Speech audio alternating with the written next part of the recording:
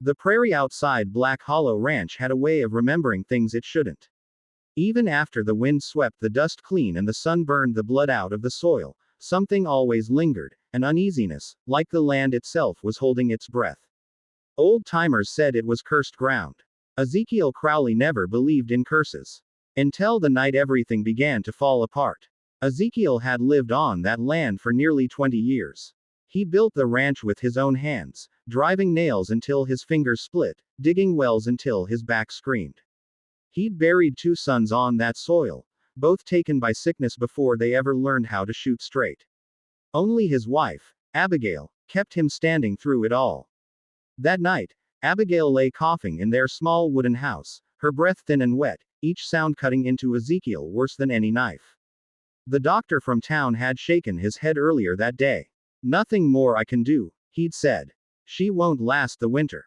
Winter was still months away. Ezekiel sat alone in the barn after sunset, lantern flickering, the smell of hay and cattle thick in the air.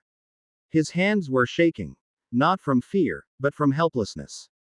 He wasn't a praying man, but desperation has a way of changing people. "God," he whispered, staring at the dirt floor, "I'll give anything.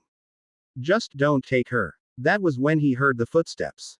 Slow, calm, certain. Ezekiel looked up. A man stood in the barn doorway, dressed far too clean for a place like that.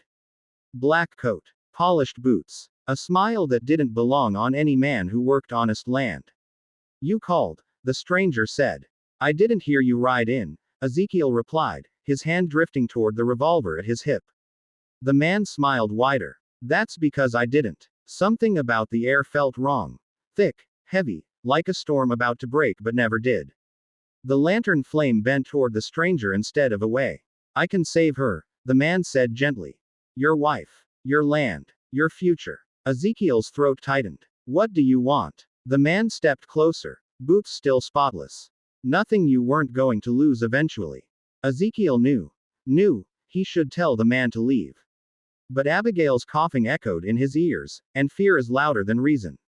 "How long?" Ezekiel asked. The man's eyes darkened, deep as a bottomless well.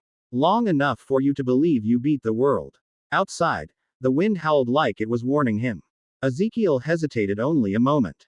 Then he nodded. The man extended his hand. And the land of Black Hollow Ranch quietly took note.